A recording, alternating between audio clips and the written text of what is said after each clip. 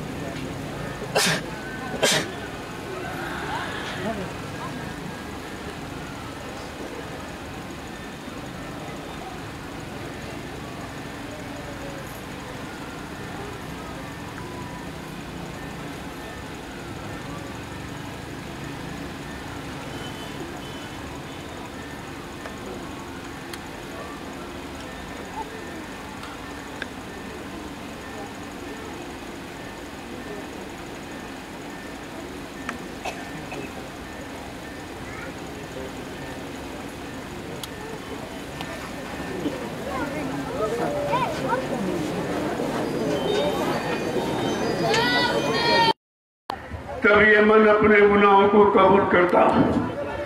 मैंने कितना अच्छा किया, कितना बुरा किया, कितना पाप किया, कितना पुण्य किया, कितना सुख किया, कितना सुख किया। वैसे शैतान मन किसी से मानने वाला नहीं है। इसने बड़े बड़े ऋषि मुनियों को, योगियों को, महर्षियों को, ब्रह्मचारियों को धराशायी कर दिया। ऐसा ये शैतान मन हमारे सबके मनुष्य मंदिर में रह रहा। ना हमने आपने आज तक इसको निकाल पाया है, न इस पर कोई कंट्रोल नियंत्रण नहीं कर पाया। और ये मन मनमानी किया करता। जब जैसी इसकी इच्छा होती है, हमारे आपके शरीर को साथ में लेकर अगर काम की इच्छा हुई तो काम की इच्छा को पूरी करा लिया, क्रोध की इच्छा हुई तो क्रोध की इच्छा को पूरी करा लिया, लोभ मोह अहंकार की इच्छा हुई तो लोभ मोह अहंकार को पूरा करा लिया। और हम आप इसका कुछ नहीं कर सकते।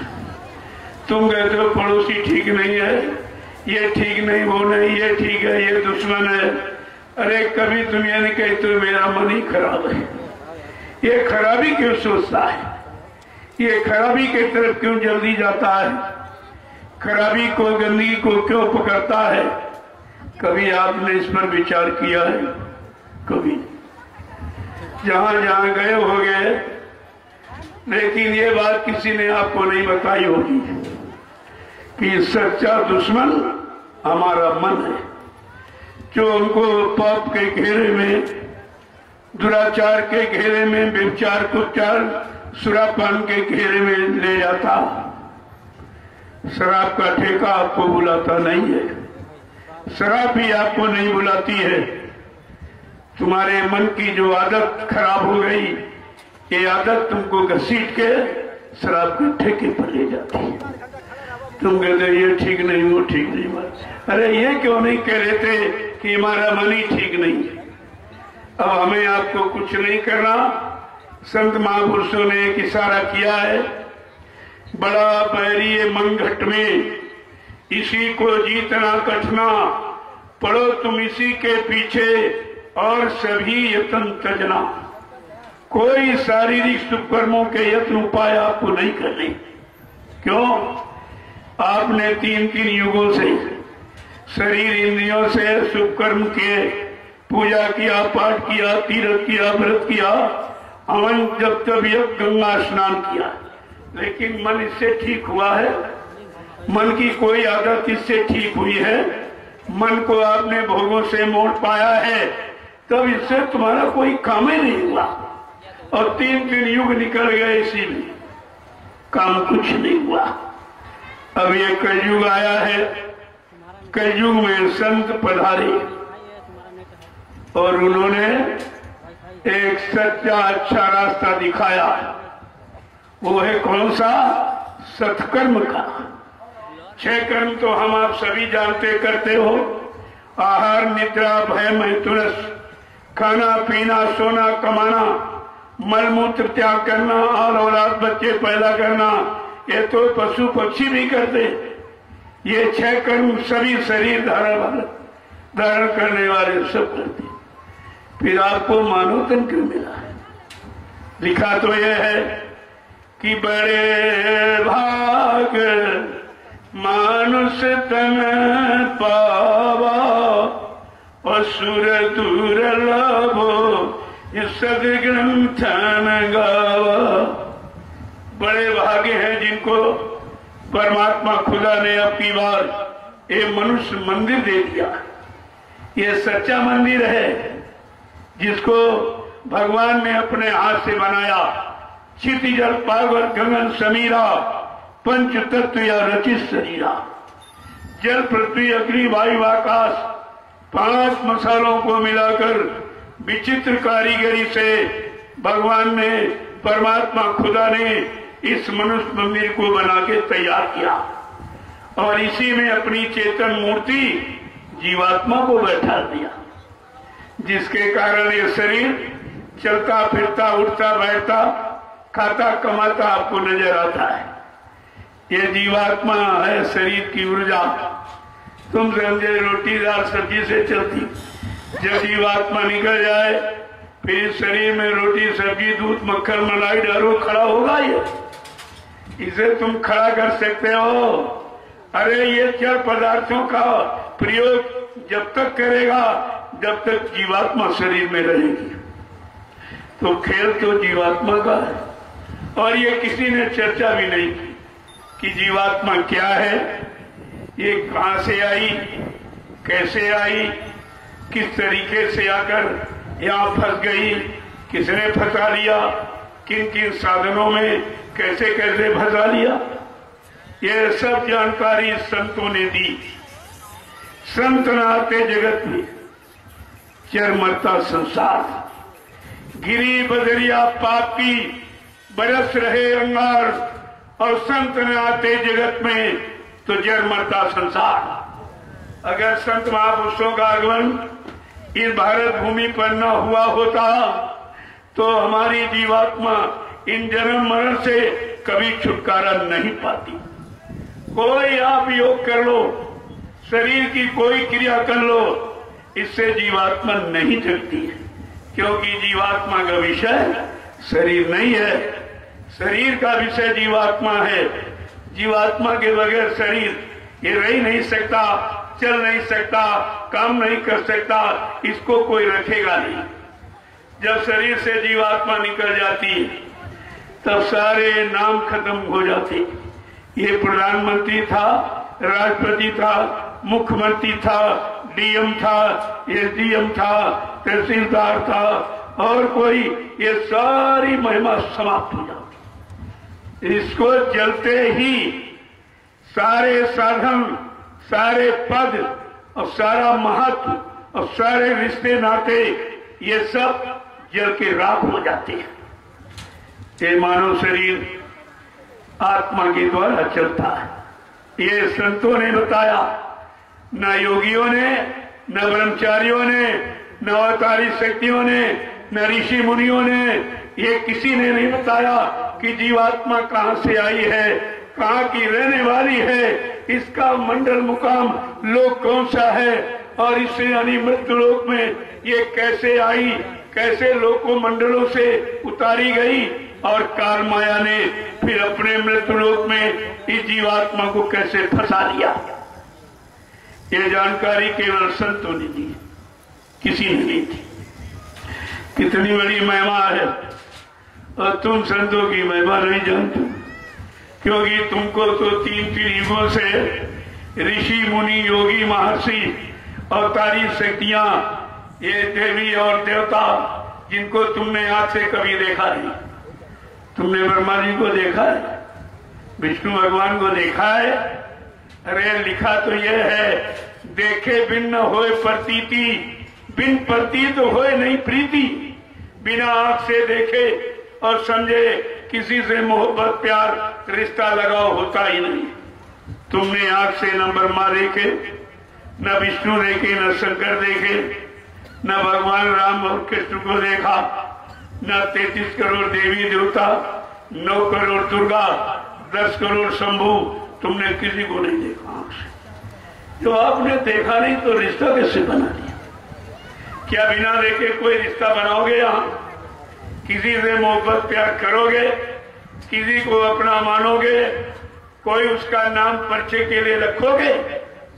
लेकिन तुम्हारे यहां तो सब नाम रख दिए बिना देखे। अरे जिनको आप सब कुछ मानते हो, कहा कि ब्रह्मा जी ब्रह्मलोक का सुख आनंद उठा रहे, उनकी जीवात्मा जगी न घर पहुंची। भगवान विष्णु विश्वलोक का सुख आनंद उठा रहे, उनकी जीवात्मा जगी न घर पहुंची। भगवान शंकर शिवलोक का सुख आनंद उठा रहे, उनकी जीवात्मा जगी न घर पहुंची। भगवान राम साकेत लोक का सुख आनंद उठा रहे, उनकी जीवात्मा जगी न घर पहुंची। भगवान कृष्ण गोलोक का सुख आनंद उठा रहे, उनकी जीवात्मा जगी न घर पहुंची। देवी देवता देवलोक का सुख आनंद उठा रहे, उनकी जीवात्मा जगी न घर पहुंची। तो किसी का कभी नहीं हुआ। क्यों?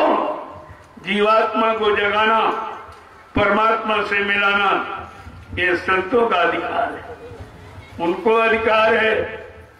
इसीलिए कहा संतों के बिना कोई जीव यहां से निकल नहीं सकता। जब तक उनकी दया कृपा मेहरबानी नहीं होगी, आप कितने योग कर डालो, कितनी पूजा कर डालो, लेकिन यानी आप अपनी जीवात्मा को जगा नहीं सकते। और खेल है जीवात्मा का। सारा ये विश्व जो आप देख रहे हो, सारी सृष्टि जिनमें जितने जीव हैं, चाहे पशु पक्षी हो, कीड़े मकोड़े हो, जंगली जानवर हो, ये सब जीवात्मा के कारण ये रौनक हमें आपको दिखाई दे रही है। जिस शरीर से जिस दिन जीवात्मा निकल जाएगी, उसी दिन ये शरीर मुर्दा हो जाएगा। फिर इसको कोई नहीं पूछेगा, कोई नहीं कहेगा अरे भाई ये तो एटीएम थे, ये तो डीएम थे, ये प्रधानमंत्री थे, एक मुख्यमंत्री थे, ये तो राष्ट्रपति थे, अब ये सब कहाँ चला गया? ये तुम्हारा नाम, तुम्हारी उपाधियां, ये सब कहाँ चली गई? 1 मिनट में सब जल के राख हो गई। जैसे शरीर जला, उसी के साथ सारे रिश्ते और सारे पद और सारी एकदम धन और दौलत, दुकान मकान जमीन और रिश्ते सब जल के राख हो गए। क्या मिला आपको? मानव जीवन का मतलब क्या है? आज तक यही तुमको किसी ने बताया नहीं है कि मानव शरीर किस काम के लिए मिला। काम मानव शरीर सत्कर्म के लिए मिला। खट कर्म यानी 6 कर्म तो हम आप सभी करते हो। पशु पक्षी कि खाना पीना कमाना, मल मूत्र त्याग करना, आल औलाद बच्चे पैदा करना, ये तो सब जीव करते। अगर यही तुम करते रहे तो तुम्हारे में और पशुओं में और पक्षियों में अंतर क्या? फिर मानव जीवन को कैसे कहा गया बड़ा भाग्यशाली है? क्या लिखा है कि नर तन पाप ये विषय मन देही और पलटी सुधा 63-20 लेही। अगर मानव शरीर पाकर केवल विषय भोगों का आधार बना लिया है तो आपने वैसा किया है, कांच को पकड़ लिया और हीरा को छोड़ दिया। कितनी बड़ी बात है। रात गमाई सोए, दिवस गमाए खाए, और हीरा जन्म अमोल था, कौड़ी बदले जाए। सब आपने खो दिया। क्या मिला? क्या मिला आपको? तो इसलिए ये कलयुग है, सबका अलग अलग विधान। जब यहाँ सतयुग था, इसी मानव शरीर की उम्र 1 लाख वर्ष की थी। मन की ताकत हाथी के बराबर, इंद्रियों में संयम, त्याग, वैराग, खान पान सब अच्छा और कर्म भी अच्छे थे। उस समय भगवान का नाम क्या था? हरि नाम। ये किसने जपा, किसने लाभ उठाया इस नाम का? कि नाम जपत हरि कीन प्रसादु और भक्ति सिरो मणि भय प्रहलादु। कि ध्रुव संगला निज प्यो हरि नामू और पाए ले अनुपम ठाऊ। प्रहलाद और ध्रुव ने समय के नाम हरि नाम को जपा, वो भी गुरु के आदेश पर। जब प्रहलाद को उसके गुरु ने बताया ये हरि नाम समय का भगवान का सच्चा नाम, इस नाम को जपो, तुम्हारा कोई बाल बांका नहीं कर सकेगा। ये गुरु वाक्य थे। और आपने सारी कहानी पढ़ी है। उसके पिता ने मार डालने का कितना बड़ा प्रयास किया, लेकिन बाल बांका नहीं। क्यों? चाको राखे साइया, मार सके नहीं कोई, बाल न बांका कर सके, चाहे जग पैरी हो। सारा संसार तुम्हारा दुश्मन हो जाए, लेकिन जिसको मालिक रखता है उसे कोई मार नहीं सकता। तो ये तो स्वयं मालिक थे, ये कैसे मर गए? ये कैसे आपने प्रचार कर दिया जी बाबा जी मर गए? क्या इनको समरथ सद्गुरु नहीं माना? क्या सच्चा मालिक नहीं माना? क्या अनामी प्रभु नहीं माना? क्या सतयुग निर्माता नहीं माना? आपकी मान्यता क्या रही? कुछ नहीं, कुछ भी मानता नहीं।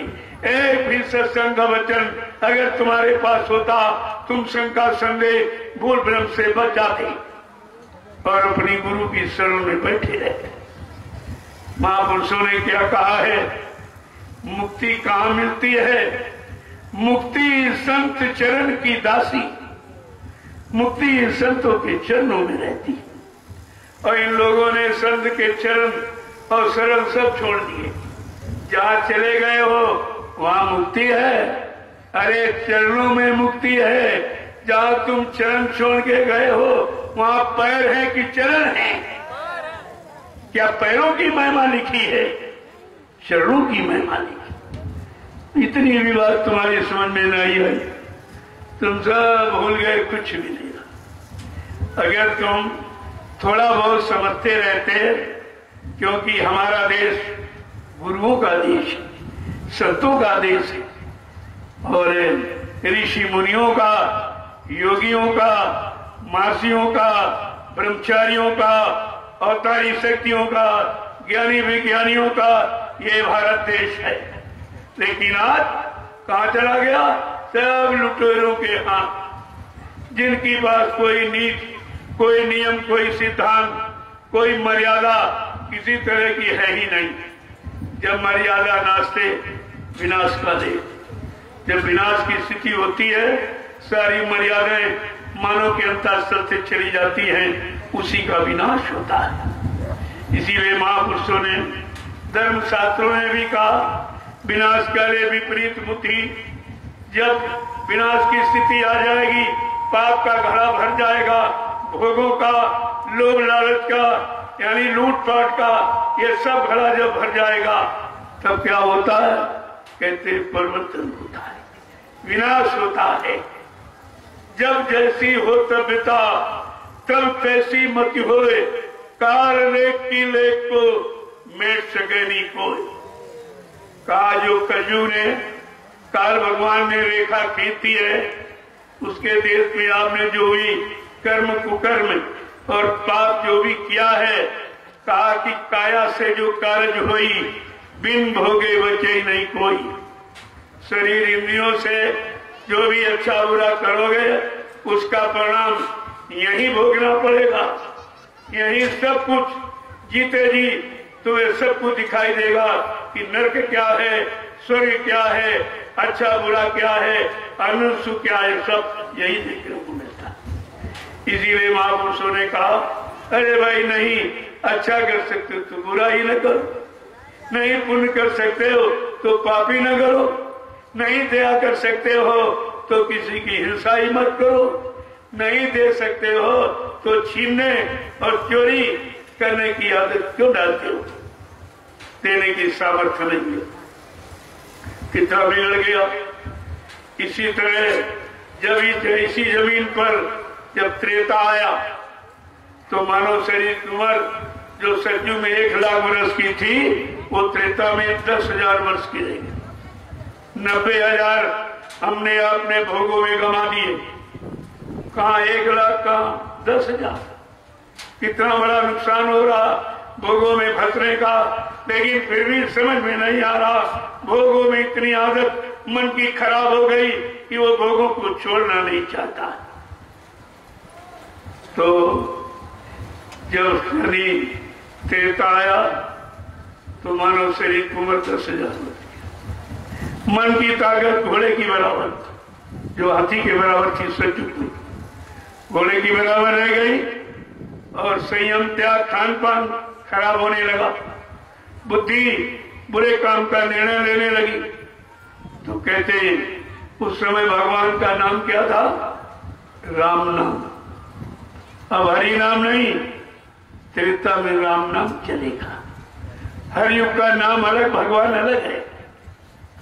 और फिर क्या कहा कि त्रेता में जब उम्र कम है, मन की ताकत कम, नियम संयम कुछ नहीं रहा, तो ये पूजा पाठ कौन, भगवान का नाम क्या होगा?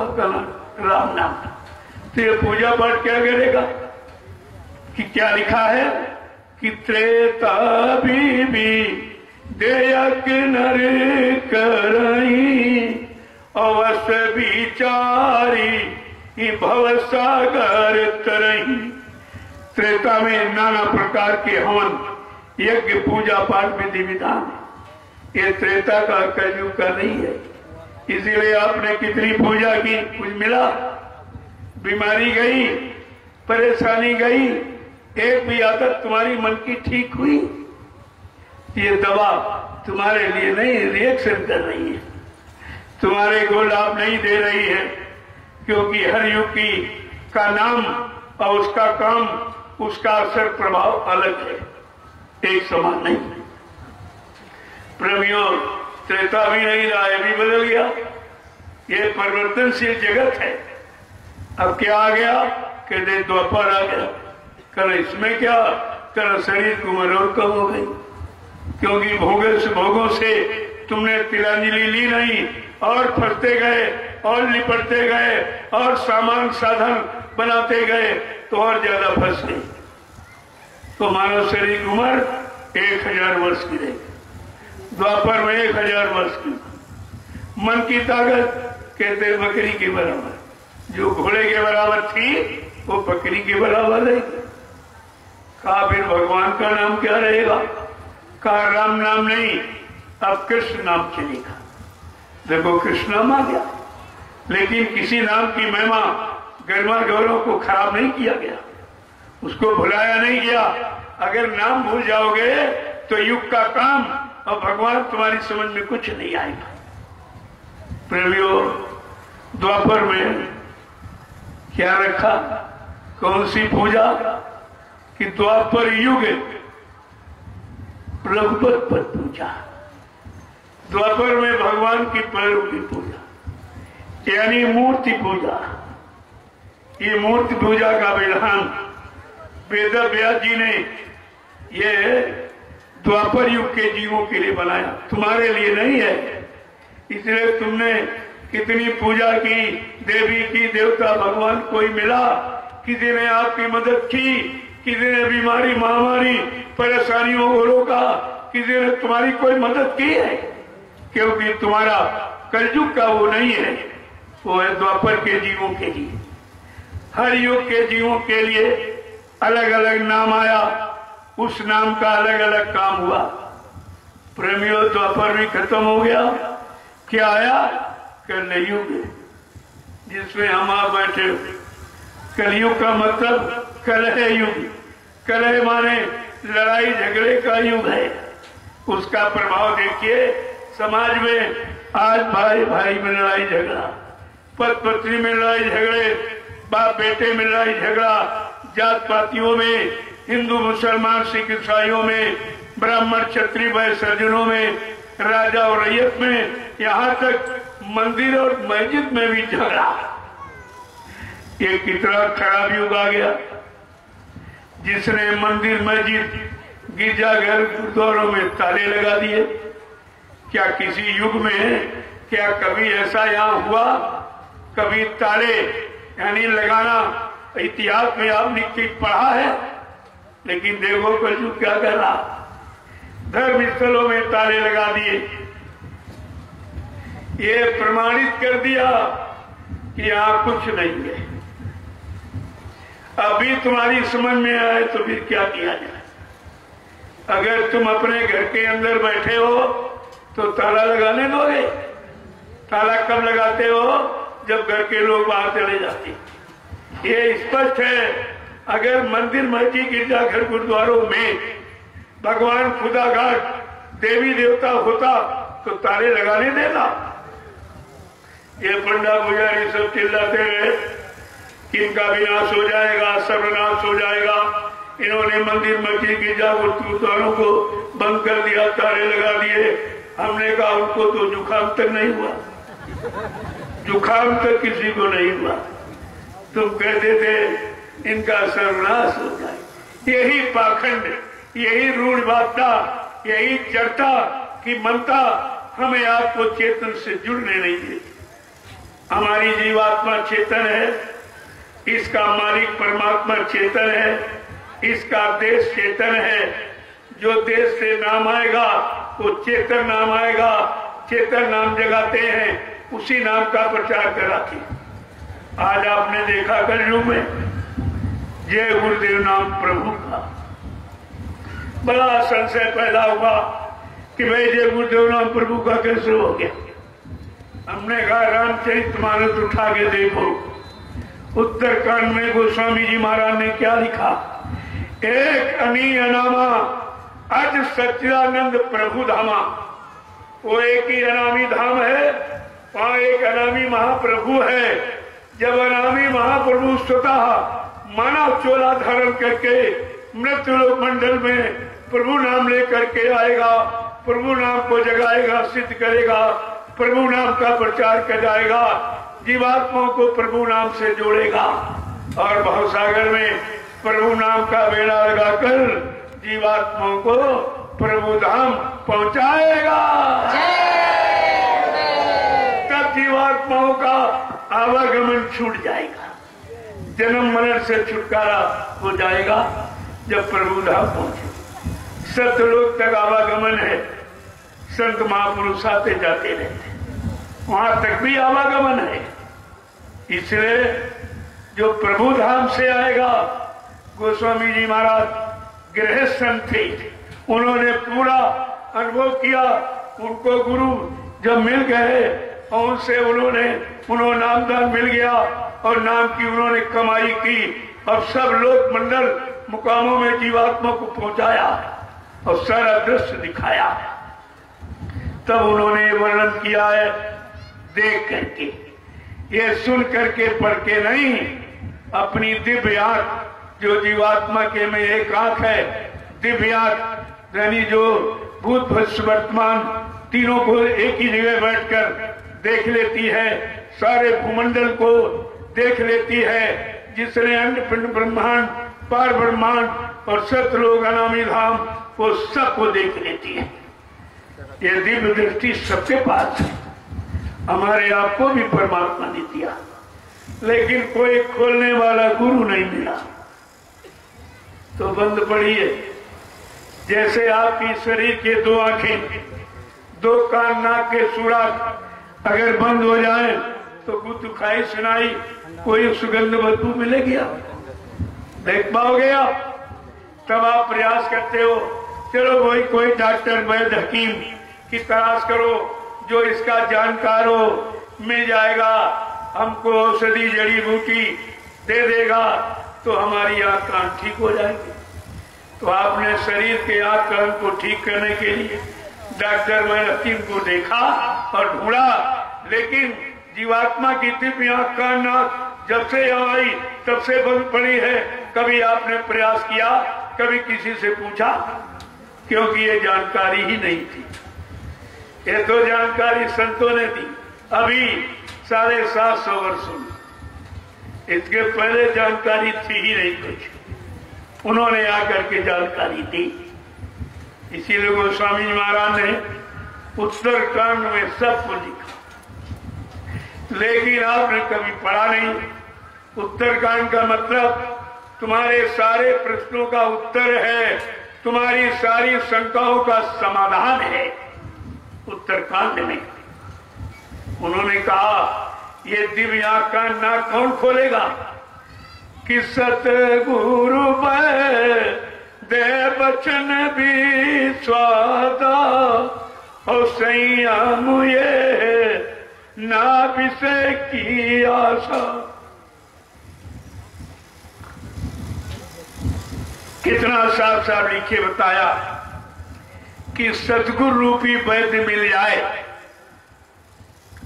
और उनके वचनों पर विश्वास कर लो, वो तुम्हारी दिव्य आंख कान नाक खोल देंगे। विश्वास कर लो। तुमने विश्वास किया? अरे 45 करोड़ चेलों में किसी ने गुरु पर विश्वास किया? सबको गुरु पर शंका हो गई और सब शरण और चरण छोड़ के भाग गई। यही तुम्हारी गुरुमुक्ता है, ये गुरु भक्ति तुम्हारी है। तुमने अपने गुरु को नहीं, अरे सदगुरु थे भगवान राम कृष्ण को तो गुरु ही मिल पाए। हम आप कितने बड़े भाग्यशाली हो कि हमें आपको सदगुरु मिल गए, समय के सदगुरु मिल गए और आपको बिना मांगे अमोलक धन नाम दान, जीवात्माओं के धन का दान आपको बिना मांगे दे दिया, मुफ्त। कोई दान दक्षिणा नहीं, रुपया पैसा, मुफ्त में आपको दे दिया और कहा इस नाम की कमाई कर। घर गृहस्थी परिवार में रहना, कोई दाढ़ी बाल नहीं रखाना, कोई लाल पीले कपड़े पहनकर बाहरी कोई ढोंग, कोई पाखंड, कोई बनावट, सजावट, दिखावट मत करना, क्योंकि जीवात्मा अंदर में है, बाहर में करने से कोई लाभ नहीं मिलेगा। ले संत मत में किसी को दाढ़ी रखाने का आदेश नहीं है। हाँ, या तो 2 या 7 या गुरु, 2 को दिखा। 7 या गुरु, 7 रखा हुआ है गुरु और गुरु रखा हुआ है 7, और 7 गुरु में भेद नहीं, उनमें कोई भेद नहीं होता। उनको अधिकार होता है कि यहां से पूर्ण विरक्ति कर चुके हैं, विषयों से बहुत अलग खड़े हैं, भोगों से करोड़ों को दूर हैं, वो रखते ही चीज को।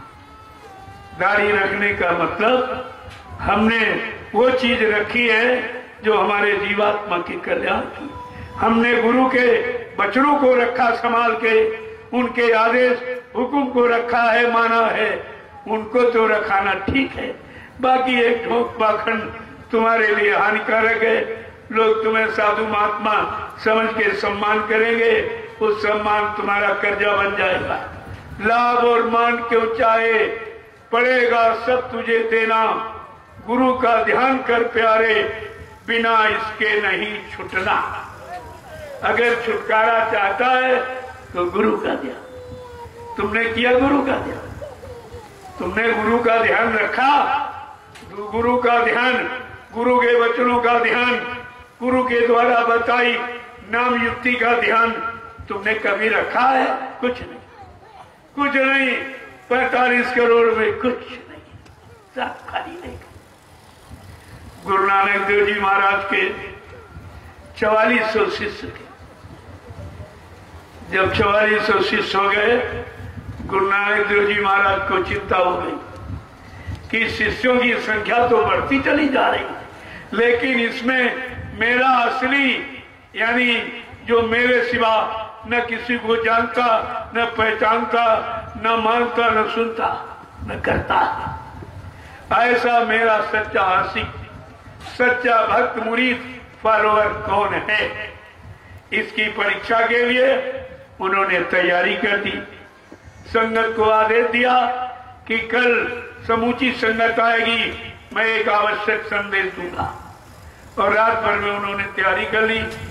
एक झोपड़ी बनाई, झोपड़ी में तरबूज का फल रखा, एक तलवार रखी, एक बकरे को बंद किया, एक बाल्टी में लाल रंग पानी घुरवा के रखवा दिया और एक प्रेमी को बैठा दिया। जब सवेरे संगत आई तो गुरु नानक देव जी महाराज ने फरमान जारी किया, सब लोग लाइन से खड़े हो जाओ। सारी संगत जब लाइन से खड़ी हो गई तब गुरु नानक देव जी महाराज ने कहा, हमें सर चाहिए, सर। तो जब सबसे आगे खड़ा था प्रेमी, बड़ा खुश हुआ कि अगर मेरा सर गुरु के काम आ जाए तो मेरा मानव जीवन सार्थक हो जाएगा। बड़ा खुश हुआ। क्यों? शीश दिए गुरु मिले तो भी सच्चा जान, सस्ता जान। कहा अगर शीश देने पर कोई परमार्थी गुरु, आत्मा को जगाने वाला, परमात्मा से मिलाने वाला, पाप कर्मों में माफी दिलाने वाला, ऐसा समर्थ सदगुरु अगर मिल जाए, उसके मिलने में अगर ये सर चला जाए तो ये सस्ता सौदा है। गुरबाणी क्या कहती? शीश दिए गुरु मिले तो भी सस्ता जान। लेकिन तुम्हारे पास गुरबाणी, गुरबचन जो कुछ है ही नहीं, सब तुमने छोड़ दिए। छोड़ करके फिर उन्हें गुनहगारों के पास फिर चले गए हो जिन्होंने गुरु के साथ कितना बड़ा अन्याय किया। अगर ये न्याय को मैं खोल के कह दूं तो यहाँ ऐसे ऐसे प्रेमी बैठे जिनका हार्ट अटैक हो जाएगा, अपने गुरु का अपमान नहीं बर्दाश्त कर सकती है। ये सब आपके सामने आएगा, चिंता मत कीजिए। बहुत थोड़ा समय रह गया, ये गंदगी सिमट जाने दीजिए। अब प्रकृति ने झाड़ू उठा ली, ये सब गंदगी निकल जाएगी। सब गंदे जीव, गंदा खान पान करने वाले सब सिमट जाएंगे, तब ये सतयुग पदार्पण करेगा। ऐसे नहीं आएगा। इसीलिए बाबा जी ने क्या कहा, जिन लोगों ने गंदगी फैलाई है मैं इन्हीं से गंदगी उठवा दूंगा।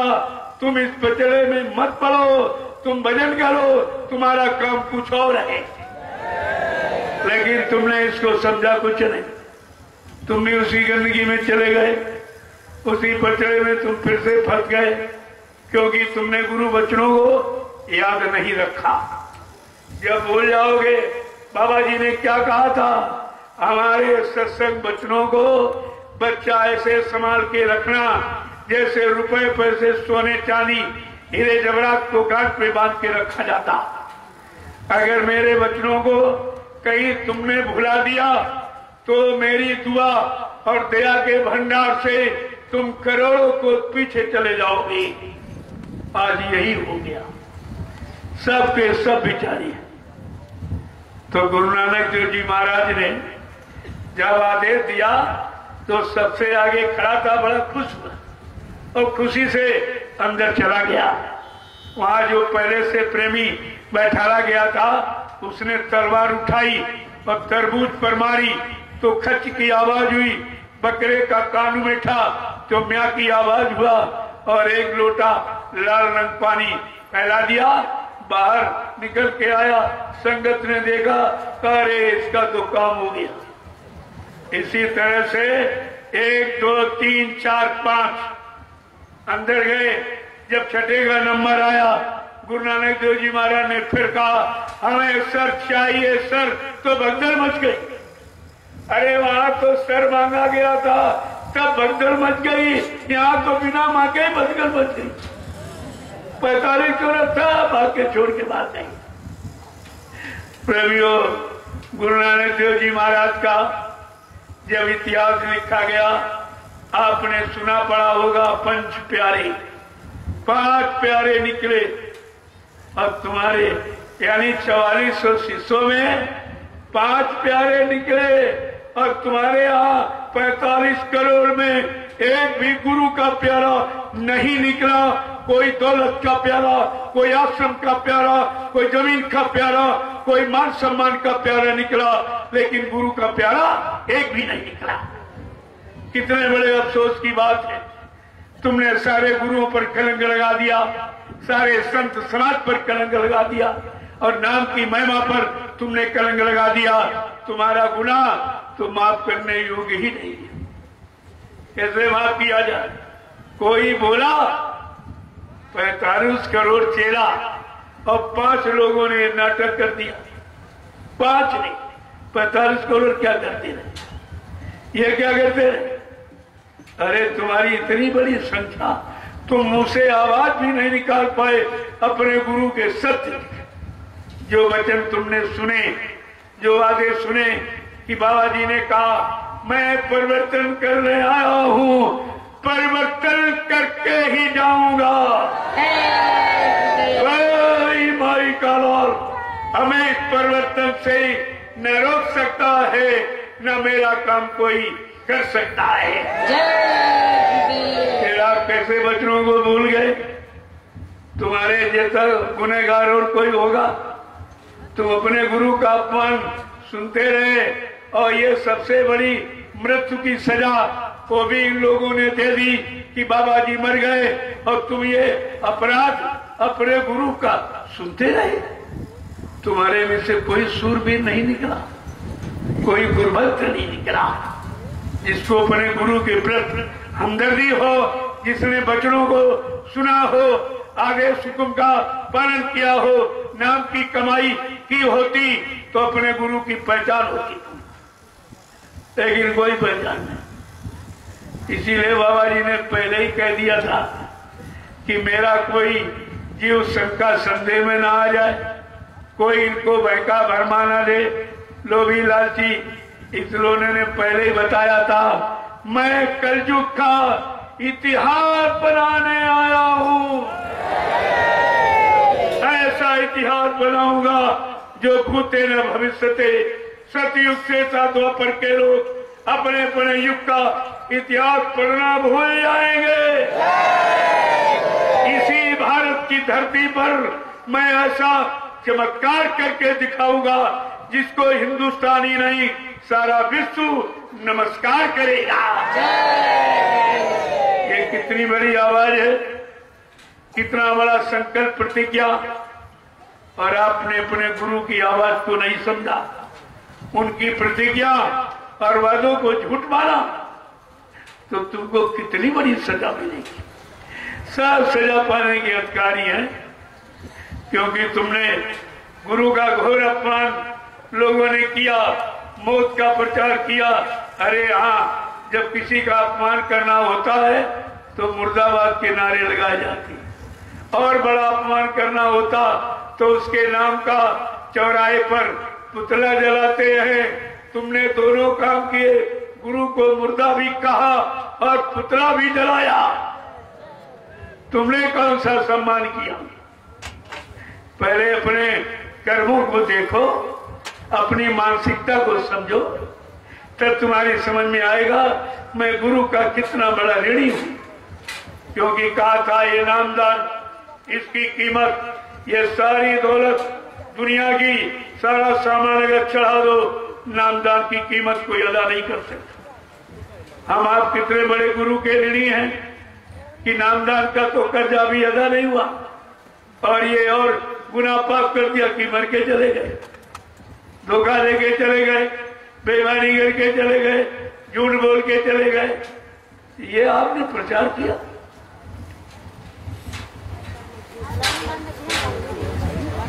इस धरती पर इतना बड़ा प्रचार आज तक किसी ने कराया नहीं जितना बाबा जय गुरुदेव जी महाराज ने।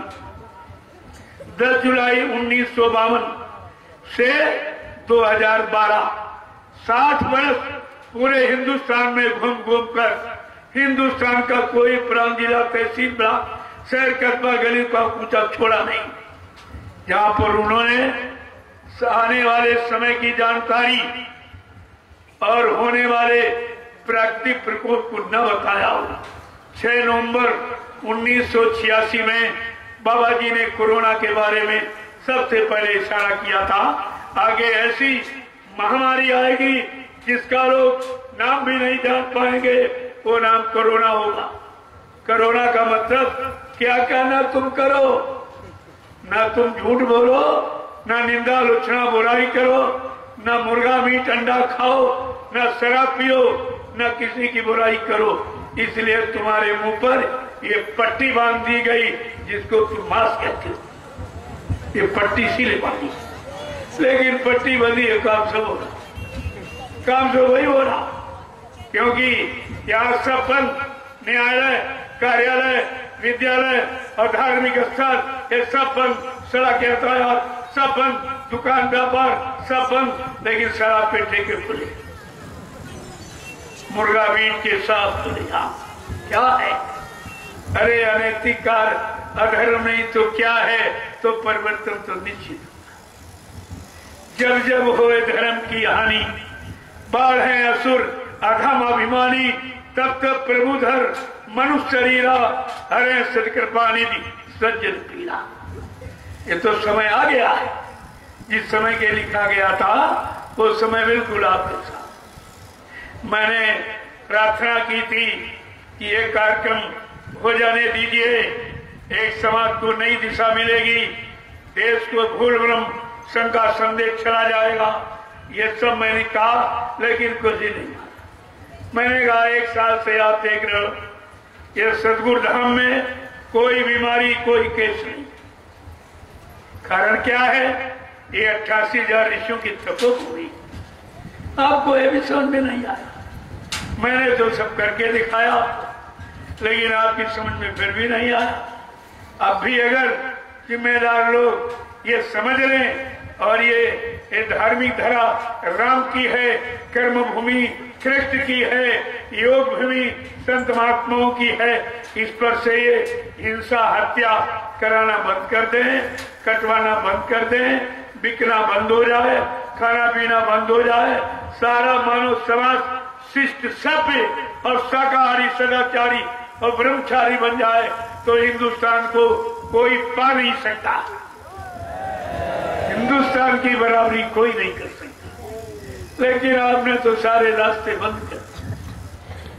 मैंने बड़ी प्रार्थना की कि आगे का समय बहुत खराब है। जब खराब समय आता है तो धर्म का प्रचार किया जाता है, धार्मिक व्यवस्था को लागू किया जाता है। पूरे देश में धार्मिक लोगों को धर्म के प्रचार के लिए यानी खुला परमिशन दिया जाता। कहा जाता जितनी दूर तक ये अच्छाई का, सच्चाई का और दया का, रहम का ये बात पहुंच जाए और लोग इसको सुन लें और बदल जाए, ये तो बहुत अच्छा। तभी कहा गया था यथा राजा तथा प्रजा, धर्मी राजा धर्मी प्रजा।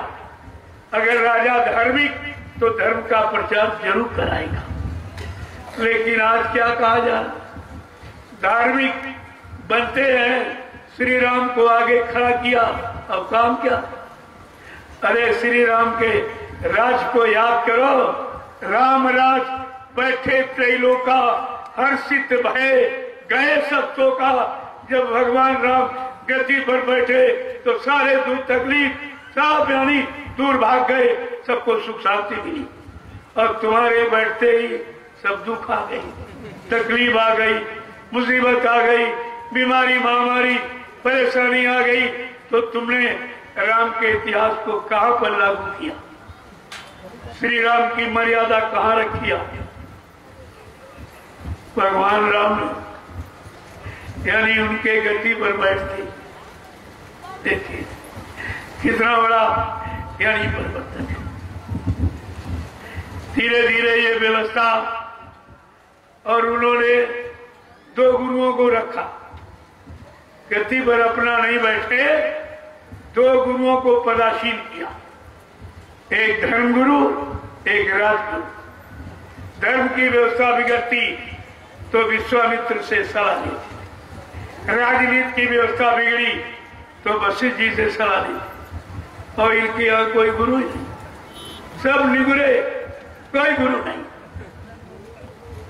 अरे भाई प्रथम तिलक वशिष्ठ मुनि की ना।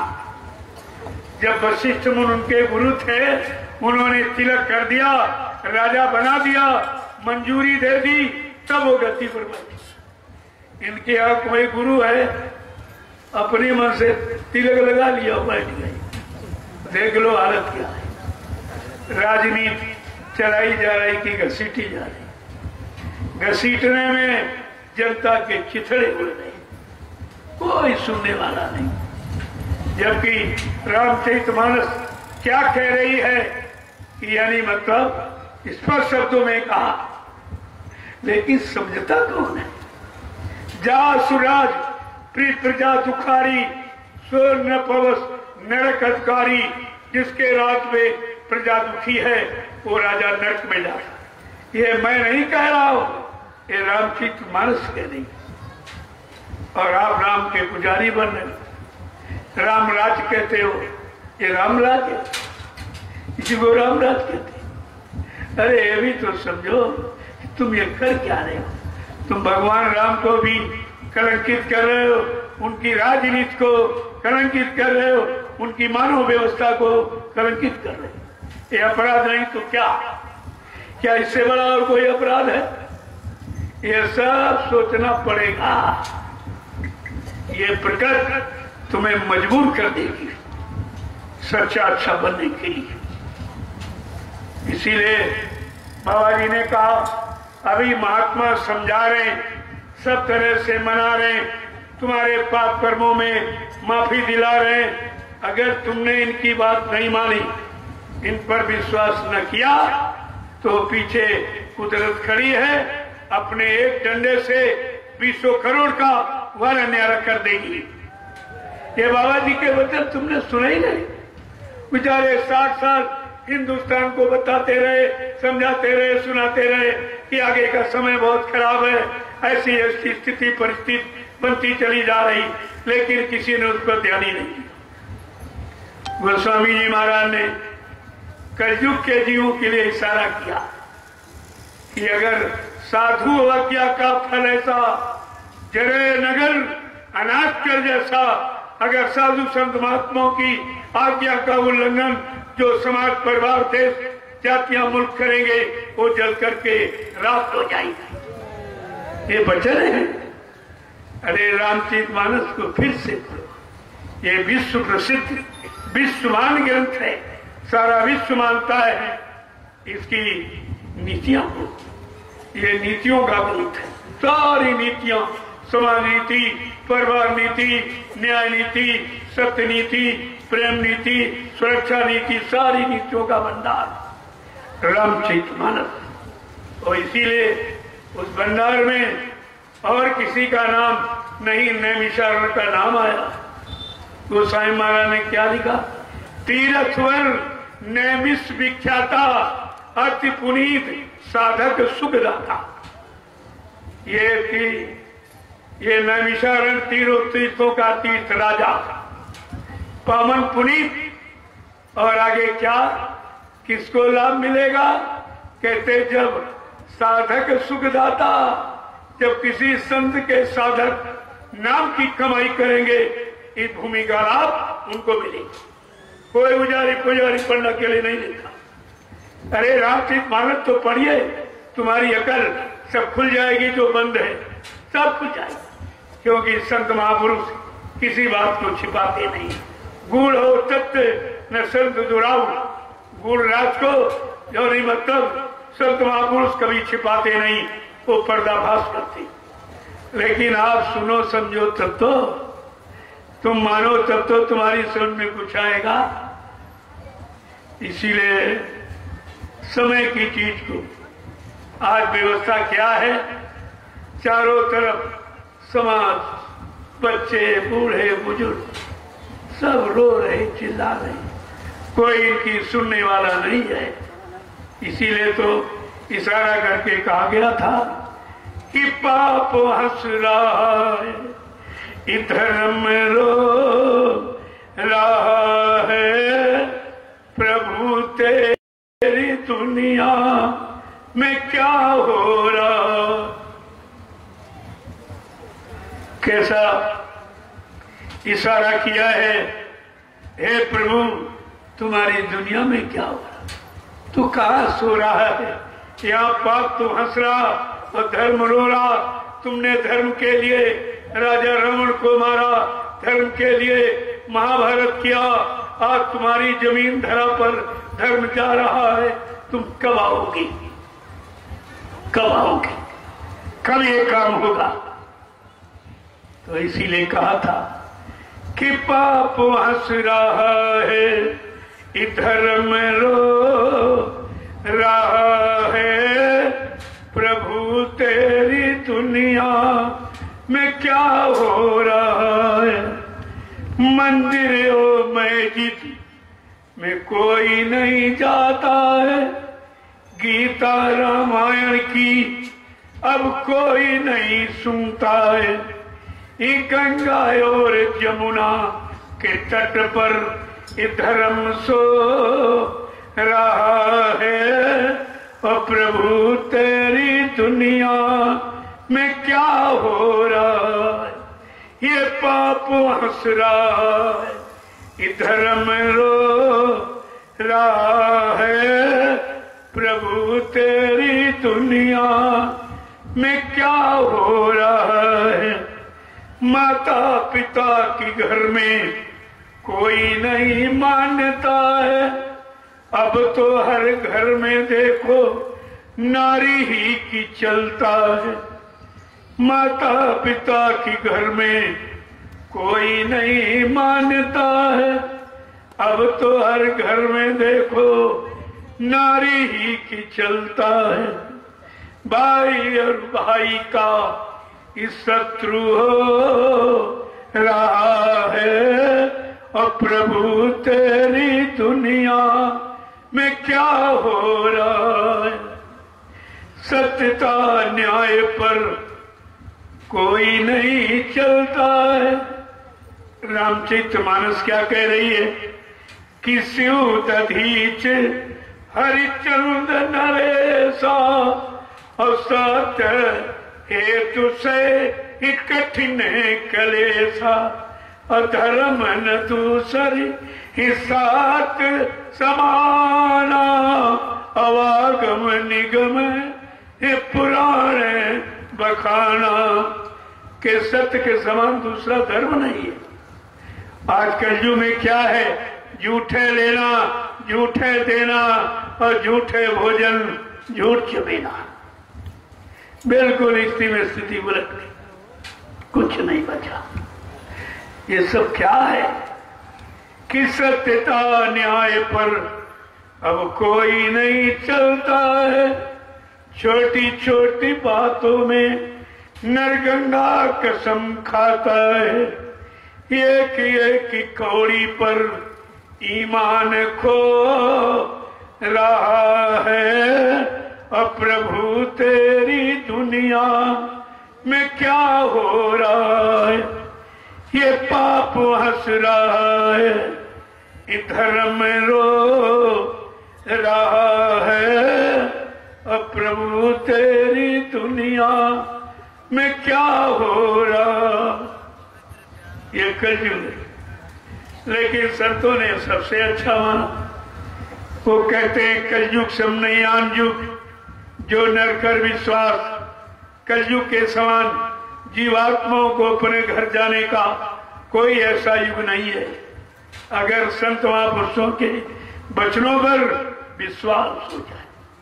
विश्वास, बिन विश्वास न कोनो सिद्धि, बिना विश्वास के कोई काम सिद्ध नहीं होता।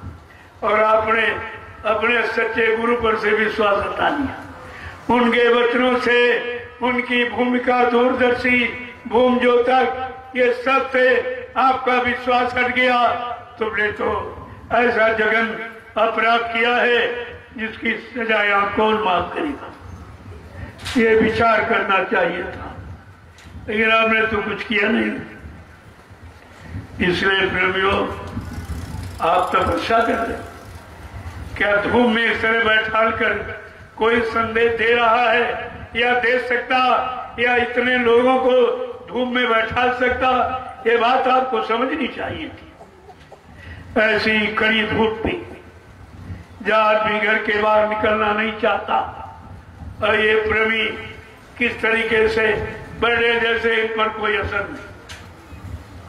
नहीं था, क्योंकि इनकी संभाल हो रही है, इन्हें अंदर से दया दी जा रही है, बर्दाश्त क्षमता दी जा रही, ये तब बैठे। ऐसे तो कोई नहीं रुक सकता। इसलिए कल है गुरु पूजा, जीवन रक्षक गुरु पूजा पावन पर्व कल है और सारे हिंदुस्तान में मनाया जाता। सब धर्म के लोग अपने बड़े गुरु की पूजा करते और तुम्हारे यहाँ सब बंदी लगी हुई। देखो तो अपराध कितना भारी, इनकी समझ में भी नहीं आ रहा। मैं सारे गुरुओं की महिमा को खत्म कर रहा हूँ, सारे संतों पर ये मतलब यानी कलंक लगा रहा हूँ। इसका अपराध, इसकी सजा कितनी बड़ी होगी, कितनी कठिन होगी, कुछ समझ में नहीं आ रहा।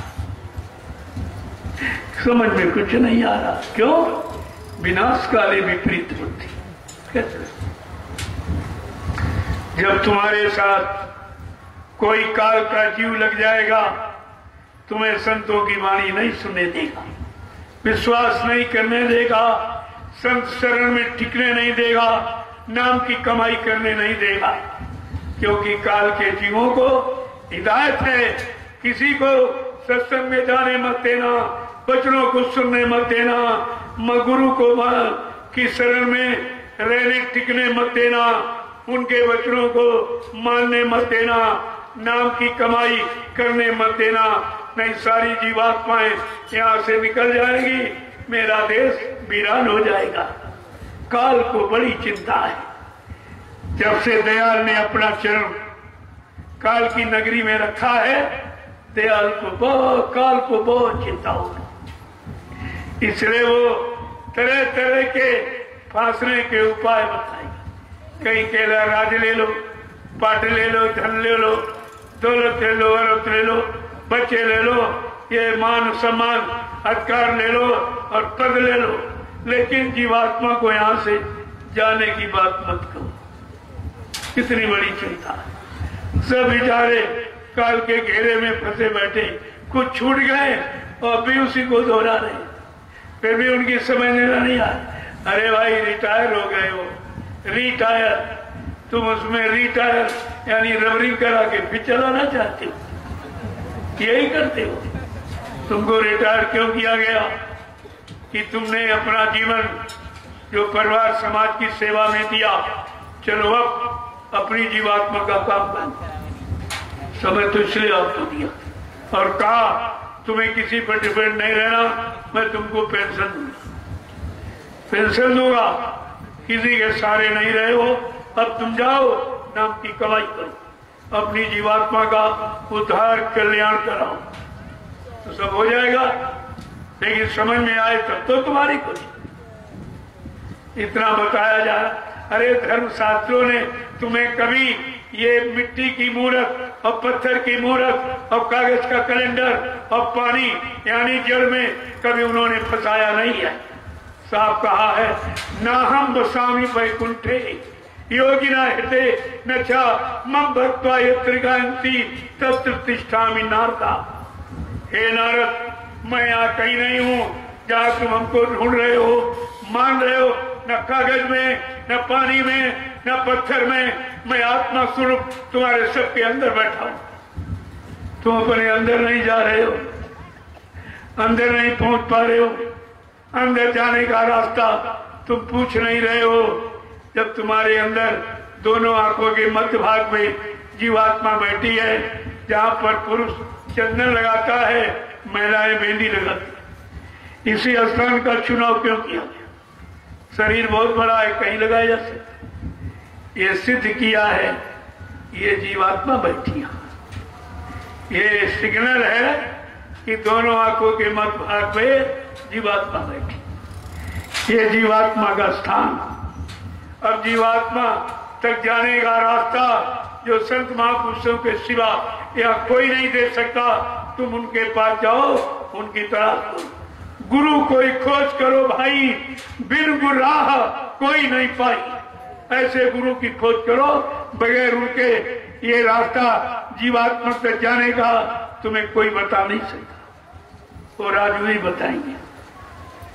इसलिए मैंने आज ये थोड़ा समय आपका ले लिया। आप धूम में बैठे, मुझे भी कष्ट है, ऐसा नहीं कि मैं कष्ट नहीं, लेकिन तपस्या जरूरी है, क्योंकि आप तपोभूमि पर आए हो। 88,000 ऋषियों ने हजारों वर्ष तपस्या की, तुम्हें 2 घंटे की तपस्या, और जो लाभ उनको हजारों वर्षों में नहीं मिला, आपको 2 घंटे में मिल जाएगा। ये कितना बड़ा लाभ है। इसलिए थोड़ी बहुत तपस्या करनी ही पड़ेगी। कभी धूप में बैठा दिया, कभी पानी में भिगो दिया, कभी सर्दी में, यानी ये सब ऋतु में तो आती जाती रहेगी।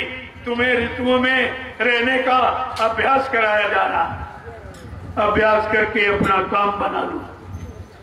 मानव जीवन का मुख्य लक्ष्य जीवात्मा को जगाना, परमात्मा से मिलाना। इसके अलावा इस शरीर का कोई काम, लेकिन वो तो काम आपने किया नहीं। जो पशु पक्षी, ये मतलब खाना पीना कमाना, बाल बच्चे पैदा करना जो पशु करता है, कीड़े मकोड़े, वही तुम भी कर रहे हो। तुम्हारे में पशुओं में अंतर क्या है? तुमको परमात्मा प्राप्ति के लिए मिला। जब मानव शरीर में जीवात्मा आएगी, तब वो परमात्मा से मिल सकती, उसको अधिकार है। ये तो माँ के गर्भ में जब 5 महीने का पिंड तैयार हो जाता, तब हरकत करता, खुशबू बदबू की एहसास करता। गर्भ की स्थिति, मुंह नीचे पैर ऊपर, माँ का मलमूत्र बच्चे के मुंह पर से गुजरता। कितनी गंदगी, कितनी यातना, कितना कष्ट है। ये है गर्भवास की सजा। और तुम्हें गर्भवास में आना ना पड़े, हमेशा के लिए अपने घर चले जाओ, वो बात तुम्हारी समझ में नहीं आती होती, आपकी समझ में नहीं आती। तो जब जीवात्मा वहां पर गर्भवास में ऐसी असहनीय पीड़ा, दुख को जब, यानी मतलब जब देख रही है, तो वो प्रार्थना करती। वहां तो तुम्हारा कोई भाई बंधु बिरादर तो बैठा नहीं, तो किससे प्रार्थना करती? प्रभु से।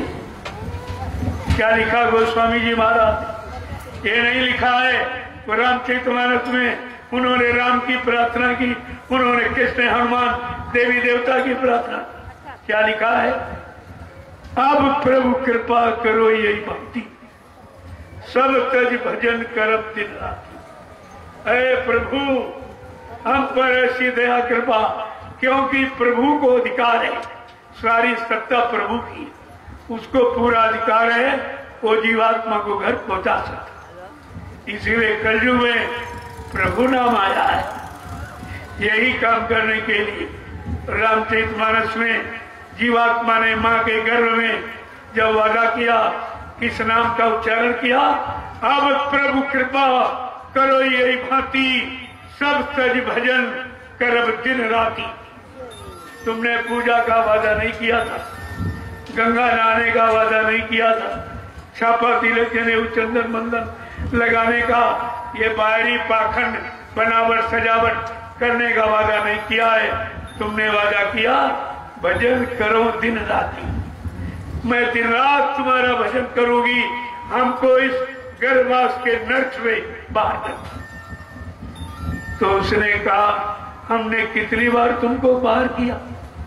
यहाँ तुम मुसीबत में तो प्रार्थना करती हो, जब बाहर चली जाती माया की चकाचौंध में तुम हमको भूल जाती हो। तो कह रहे नहीं, अब की बार मानव तन का सौभाग्य मिला, मैं नहीं भूलूंगी, हमको आप नरकुंड से बाहर करो, मैं किसी संत महापुरुष की तलाश करूंगी, अपने घर का रास्ता पूछ लूंगी, हमेशा के लिए अपने घर चली जाऊंगी।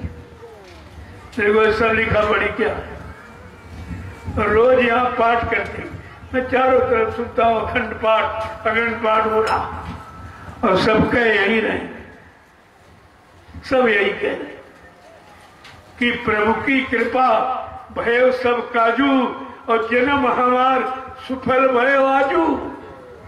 जब प्रभु की कृपा होगी तो हमारा जन्म सुफल हो जाएगा। कितना साफ साफ है, प्रभु की कृपा कहाँ हो रही? प्रभु नाम का उच्चारण कहाँ हो रहा? प्रभु नाम की आवाज रात दिन नैमिषारण में लगाई जाती, नैमिषारण से ही ये प्रभु नाम की आवाज सारे हिंदुस्तान में लगाई जा रही है। आपको सोचना चाहिए, यहाँ कोई अपनी तरफ से मनगढ़ंत बात नहीं कही जाती। जो शास्त्र अनुकूल है वही आपके पास सामने खोल कर रखता हूं। ये तो शास्त्र कह रहे, तो उनकी भी बात नहीं मानते। इसलिए कल जीवन रक्षक गुरु पूजा पावन पर्व, सारा हिंदुस्तान गुरु की याद करता है। एक दिन आपको गुरु की याद करने के लिए दिया गया, अरे भाई सारे समय भूल गए, साल भर चलो एक ही दिन याद करो, उसमें भी बाधा डाली जा रही। ये बाधा डालने वाले कितना बड़ा गुनाह कर रहे हैं, कितनी बड़ी सजा पाने के अधिकारी बन रहे हैं कि तुम प्रभु नाम के उच्चारण में, जहां प्रभु नाम का उच्चारण हो रहा, प्रभु नाम से सारा काम किया जा रहा, वहां अगर कोई बंदिश लगा दी जाएगी, कितना जघन्य अपराध हो जाएगा, कितनी बड़ी सजा पाने के अधिकारी लोग बन जाएंगे। प्रेमियों, कल बोलूंगा, कल आपको बताऊंगा कि जीवन रक्षक गुरु पूजा महान पावन पर्व। कल के दिन सबको स्वतंत्र कर देना चाहिए। जाओ सब लोग अपने अपने गुरु की याद करो, उनकी पूजा करो, उनसे प्रार्थना वंदना करो। ये खराब समय टल जाए, महामारी चली जाए हमारे देश से, तो तुम कम से कम उनको मौका तो दो प्रार्थना करने का। तुम खुद तो करते नहीं हो, और जो कर रहे हैं उनको करने नहीं देते। ये कौन सा पुण्य काम आप कर रहे? अरे कुछ तो सोचो, परमात्मा ने मानव बुद्धि दी है, तो कम से कम उस बुद्धि का तो सदुपयोग करो। वो तो परीक्षण का यंत्र है। अच्छे शुभ कर्मों को करने और सोचने समझने और निर्णय लेने का अधिकार बुद्धि के पास, और आपने बुद्धि भेज दी इन गुनहगारों के यहाँ 5 साल के लिए जो मतदान किया, मतदान यानी इच्छा बुद्धि का दान कर दिया, अपनी बुद्धि दे दिया। फिर तुम सोची क्या सकते हो, तुम करी क्या सकते हो, तुम मांगी क्या सकते हो? तुम्हारी आवाज खत्म हो जाएगी, तुम कुछ नहीं कर सकते। जब आपने बुद्धि दान में दे दी, तुम्हारे पास क्या बचा? कुछ सोचना चाहिए आपको।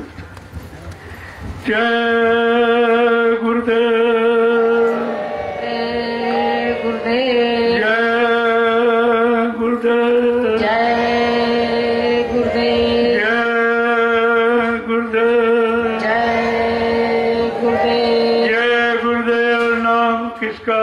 प्रभु का, जय गुरुदेव नाम किसका?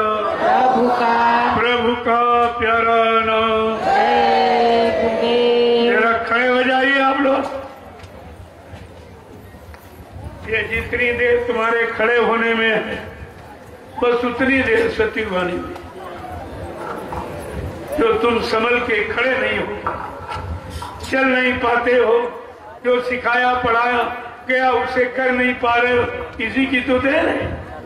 कहा था बच्चा, मैंने परिवर्तन का सारा मसाला तैयार कर दिया, जिस दिन तुम सबको इसके काबिल देखूंगा सौंप दूंगा। लेकिन काबिलियत की पहचान कैसे होती, योग्यता की पहचान कैसे होती? परीक्षा के द्वारा।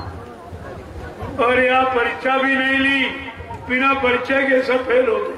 पता नहीं गुरु ने अपनी परीक्षा, क्योंकि हम लोग परीक्षा के काबिल नहीं थे। जब उन्होंने अपनी परीक्षा दी और फेल हो गए चेला, बड़े अफसोस की बात है। जेल में हो गए, 21 महीना बेड़ी हथकड़ी उन्होंने पहरी। किसके लिए? कौन से? यानी सुख आनंद के लिए, हम सब जीवों के लिए। हमारे जीवों को कोई दुख तकलीफ ना आवे, परेशानियां ना आवे, मुसीबतें ना आवे, इसके लिए सारी मुसीबत का गट्ठर बांधकर और 21 महीने के लिए जेल में चली गई। क्या किसी गुरु ने धरती पर अपने शिष्यों के लिए काम किया है? जरा इतिहास देखिए गुरु का कि अपने शिष्यों के लिए इस तरह की कुर्बानी किसी गुरु ने नहीं दी, शिष्यों ने दी है, लेकिन गुरु नहीं।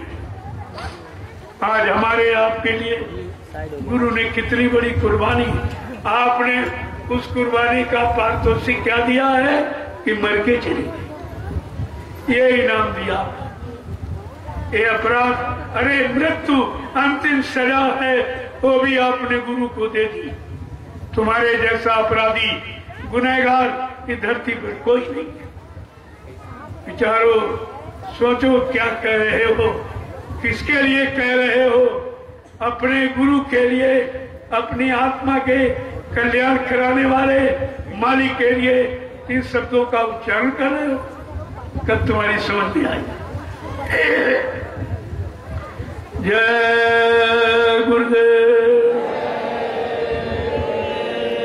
जय गुरुदेव, गुरुदेव। जय गुरुदेव। नाम किसका? प्रभु का। जय गुरुदेव। नाम किसका? प्रभु का।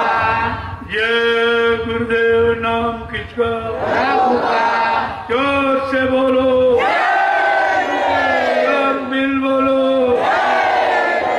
बोलना होगा, अभी से बोलो, दुख दर्द हरेंगे, सब कष्ट मिटेंगे, सुख शांति भी देंगे, सबके दाता, सबके मालिक। प्रेम से बोलो, ये नाम नहीं इंसान का, ये नाम है प्रभु का। ये काम नहीं इंसान का। ये काम है प्रभु का। देखो नाम क्या क्या वादे कर रहा है।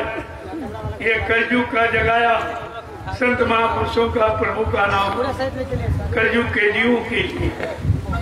और हम आप अपने कल्याणकारी हितकारी नाम तो समझी नहीं पाए अभी तक, महिमा भी नहीं जान पाए, क्योंकि आपने गुरु और गुरु वचनों को छोड़ दिया। फिर तुम्हारे पास बचेगा। कल सभी भंडारे पक्का भोजन बनाएंगे। भंडारों के व्यवस्थापक ध्यान से सुने, कल आप लोग पक्का भोजन बनाओ। मैंने नगर के जितने अधिकारी सबके पास मैंने निमंत्रण भेजा।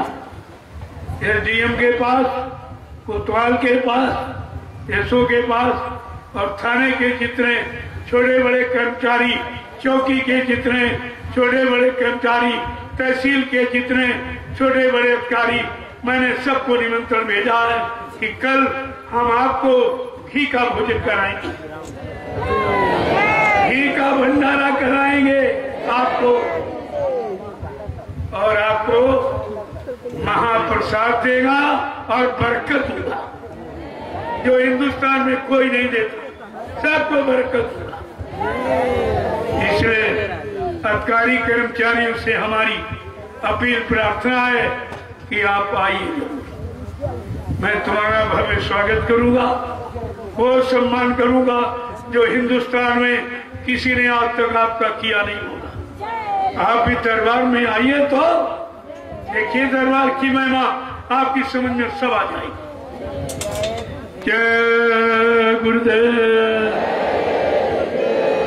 कल मैं कर्मचारी अधिकारी, चाहे पुलिस के हों, किसी विभाग के हों, मैंने सबको निमंत्रित किया। कल आपके लिए घी का भोजन बनवाऊंगा, कढ़ी चावल दही बड़ा आपको खिलाऊंगा, और मीठा रसगुल्ला और जलेबी सब, क्योंकि कल गुरु पूजा है। मैं सदगुरु पूजा की बात कर रहा हूँ। तुम केवल गुरु पूजा नहीं समझ पाए तो सदगुरु पूजा कैसे समझोगे? तो सदगुरु की पूजा, सदगुरु का सम्मान कैसे आप करेंगे, उसके लिए मैं आपका सम्मान करूंगा, आपका स्वागत करूंगा। तब आपकी समझ में आ जाएगा कि सदगुरु किसने कहते हैं। सदगुरु के शिष्य, उनकी महिमा गौरव गरिमा क्या है, उनका अनुशासन कैसा है, ये सब आपकी समझ में आ जाए। जय गुरुदेव। और ये कर्मचारी अधिकारियों को 10 बजे, उनको भोजन 10 बजे, वो अलग से व्यवस्था उनकी करूंगा, उनका भोजन मिला, समय पर आए, आप भोजन करें, प्रसाद लें। और सबसे बड़ी चीज जो हिंदुस्तान में आपको कोई नहीं दे सकता, बरकत, वो भी दूंगा। मैं देने के लिए आया, लेने के लिए नहीं आया।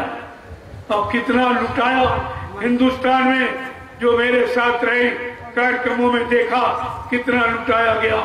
इतना प्रसाद हिंदुस्तान की धरती पर आज तक किसी युग में किसी ने बांटा नहीं होगा। इतना मैं तो नैमिष में इन प्रेमियों को, इन भक्तों को मैं प्रसाद देना चाहता था कि प्रसाद खाकर इनकी बुद्धि ठीक हो जाए, ये सच्चे अच्छे काम करने लगे, इनके अंदर प्रेम भक्ति सेवा भक्ति आ जाए। तो मैं इसलिए आपने हमको प्रसाद नहीं बांटे, तो मैं क्या करूं? तुमने हमको सुना दिया कवड़ियों की यात्रा मत, हमने कहा तुर्की क्षमता हमारे से मत। वो शराबी कबाबी, वो सब नशेड़ी भगेड़ी और गाली गलौज अब शब्द उच्चारण करते तो ये चले जाते। लेकिन मेरा ये कोई काम नहीं है। मेरा शाकाहारी सद्भावना मिलन शांति शोभा सरस यात्रा, जिसको देखकर आप आश्चर्यचकित रह जाते। मैंने सन 19 में यहाँ पर मैंने ये करके दिखाया कि इसी गुरु पूर्णिमा का कार्यक्रम होगा और उधर मैदान में यानी 6 लाख प्रेमी, 6 लाख प्रेमी, और उनकी लाइन यहाँ से पूरा नैमिष घूम के लोग आ गए। आश्रम से लाइन नहीं टूटी थी। मैंने कितने क्विंटल लड्डू बांटा, कितने क्विंटल फल बांटा। तुम सब भूल गए मेरे काम को। अगर मेरे काम की याद होती तो आप खुलकर परमिशन देते। आपका कितना बड़ा सम्मान और कितना बड़ा परमार्थी लाभ आपको मिलता कि तुम्हारे द्वारा परमिशन मिला और उससे मैंने कितना बड़ा जनहित कार्य किया, कितने लोगों को प्रसाद दिया। तो आप इस बात को नहीं सुनते, लेकिन कोई न कोई तो सूरवीर निकल ही आता। ऐसा सूरवीर एक निकला जिसने कहा कि आप करिए, हमारी पूरी जिम्मेवारी। ऐसा सूरवीर निकल आया है उन्हीं में से। तुम्हें क्या मालूम किसकी बुद्धि पर क्या बैठा दिया जाएगा, अब कैसे काम करा लिया जाएगा। ये तो सब चीज होती है। तो आज उनका सम्मान है, उनको ये लाभ मिलेगा इस कार्यक्रम का, जिन्होंने हमको अपना सहयोग दिया और हमने इतने प्रेमियों के भी। ये तो कुछ नहीं है, ये तो 1% भी नहीं है। अगर हमें परमिशन मिल जाता, मैं इतना आदमी यहाँ बैठा देता, आदमी से आदमी फिरा कि नैमिष में कई जगह नहीं रहती, कई जगह नहीं रहती। और वो पूरे अनुशासन में हम कोई यानी मतलब तोड़ फोड़ आंदोलन, कोई धरना घेराव, कोई रैली अकेली का काम नहीं सिखाते। एक काम मेरे यहाँ नहीं, मैं अनुशासन को बहुत ही सजा के रखता हूँ, अनुशासन में रहता हूँ, अनुशासन को मानता हूँ। लेकिन आपको सोचना चाहिए कि ये कार्य, अरे तुमने तो हमको भी सब में तोल दिया, वही समझ बैठे। पहले देख लेते, मैंने 1900 में आपको दिखाया था ये यात्रा कितनी विशाल थी, कितने यानी मतलब कुंटल लड्डू मैंने बांटा और मतलब यानी ये आपको प्रसाद दिया। अगर अब की बार आप परमिशन दे देते तो ये लाभ तुम्हारे खाते में जाता, क्योंकि तुम्हारे द्वारा परमिशन मिला तब मैंने ये अच्छा काम सबके लिए कर पाया, ये लाभ तो तुम्हारे खाते में जाता। लेकिन अब वो भी नहीं ले पाए। कोई न कोई तो सूर भी निकल ही आता है, उसके द्वारा काम हो जाता है। मैं कल उसका भी सम्मान करूंगा। जिसने एक काम किया है कल मैं उसका सम्मान करूंगा और लोग जानेंगे कि व्यक्ति का सम्मान कैसे किया जाता। जिन्होंने नहीं दिया उनको भी बुलाऊंगा, उनका भी सम्मान करूंगा। मेरा काम सम्मान करने का, अपमान करने का नहीं, निंदा आलोचना बुराई क्रिटिसाइज करने का नहीं। मेरा काम है सबका सम्मान, सबको काम और सबको रोजी रोटी और सबको न्याय सुरक्षा मिल जाए ताकि सब लोग अपने परिवारों में बैठकर भगवान का भजन करें। मैं तो ऐसे समाज की स्थापना कर रहा हूँ, उसी की तैयारी कर रहा हूँ और आपको उसका लाभ देना चाहता हूँ। आप ले सको तो ले लो, नहीं कोई ना कोई लाभ लेने वाला तो निकल ही आएगा। जय गुरुदेव, जय गुरुदेव, जय गुरुदेव। नाम किसका? जय गुरुदेव। नाम किसका? जय गुरुदेव। नाम किसका? प्रभु का प्यारा नाम। अब आप लोग लाइन से खड़े हो जाओ, मर्यादा भी, एक लाइन पुरुषों की एक महिलाओं की। मैं अभी आपका दर्शन करूंगा, आप सबको प्रणाम करूंगा और प्रसाद कल पक्का भोजन इसका ध्यान रखिए आप। इसके बाद में ग्रामवासियों को किसी दिन निमंत्रण दूंगा। ये जितने गांव हैं आप सब ऐसा काम इस धरती पर होगा जो किसी ने कभी किया नहीं, वो सब करके दिखाया जाए।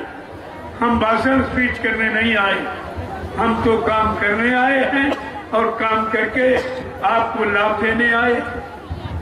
तो ये फिर इसके बाद ग्रामवासियों और कुंवारी कन्याओं को उनको बरकत दूंगा और प्रसाद दूंगा।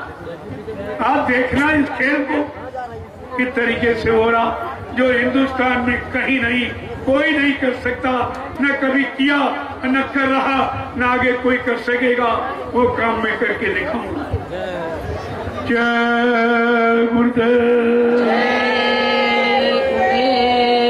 कल आप लोग लाइन से पूजा करें, वो पूजा स्थल आपका बनाऊंगा।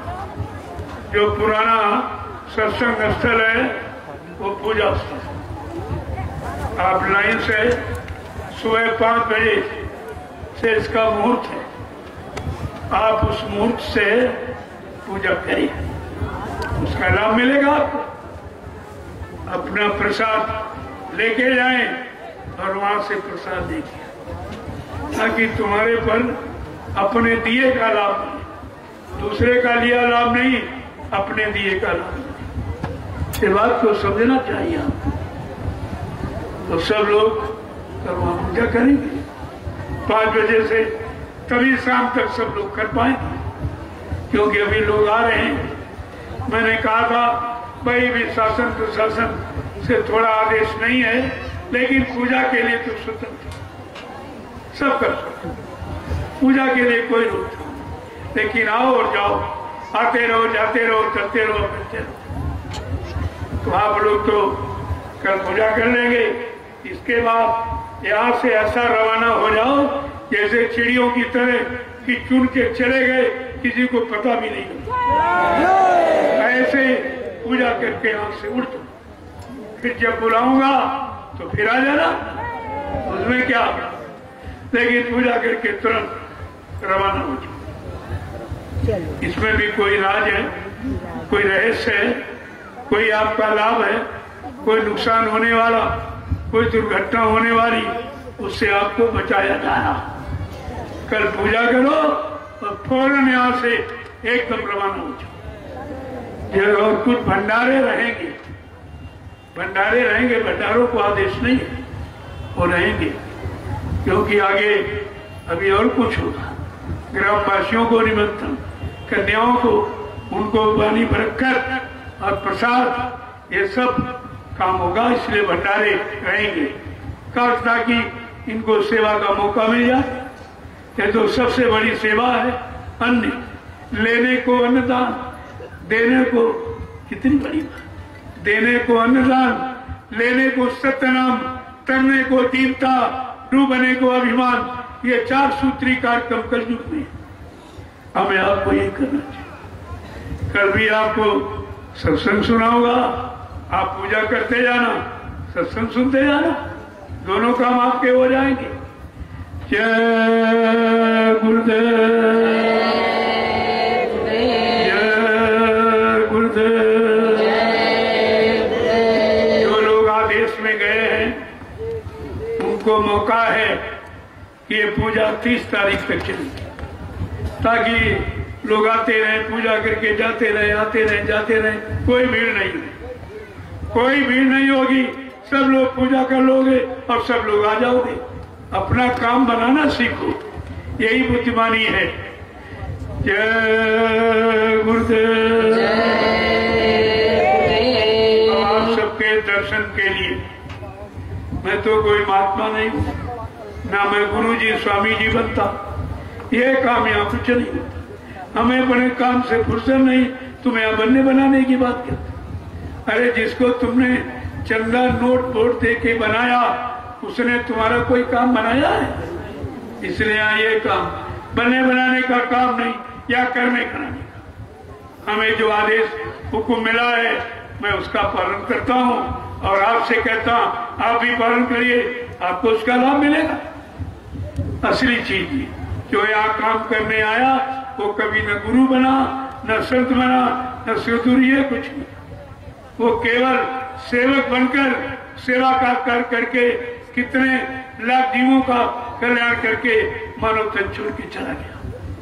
उनका काम बनाने का होता, अपने आप को बनने बनाने का नहीं होता। जय गुरुदेव। अब मैं आप सबका दर्शन करूंगा, क्योंकि आपने तपस्या की है। धूम में बैठकर ऐसे तपस्वियों का तो दर्शन करना बड़े भाग से होता है। आप सत्य तपस्या भी कर ली, समझ में आपके कुछ नहीं आया। उसे कह दिया जाता एक आदमी को बैठो तो कोई नहीं बैठता, नहीं बैठ पाता। आप देखो बराबर 2 घंटे से आप बैठे हो, 2 घंटे हो गए पता नहीं चला। मैंने भी कुछ नहीं कहा, क्योंकि मेरे कहने का समय तो कल है। कल गुरु पूजा, जीवन रक्षक गुरु पूजा महान पावन पर्व है। कल गुरु के बारे में जानकारी आपको मिल जाएगी कि गुरु कैसा हो, गुरु का काम क्या है, गुरु किस काम के लिए आता है, कौन सा काम करके जाता है, ये सब कल जानकारी आपको दूंगा। जय गुरुदेव। आज मैं यहीं से विराम ले रहा हूँ। कोई भूल चूक त्रुटि गलती कहने बोलने में हो गई हो, आप सब लोग हमें छोटा समझकर हमेशा क्षमा करते रहेंगे। अवसर मिलता रहेगा, इसी तरह आपका दर्शन करता रहूंगा और गुरुवाणी आपके कानों तक पहुंचाता रहूंगा। मेरा तीसरा और कोई काम, इस बात को ध्यान में रखिए। जय गुरुदेव।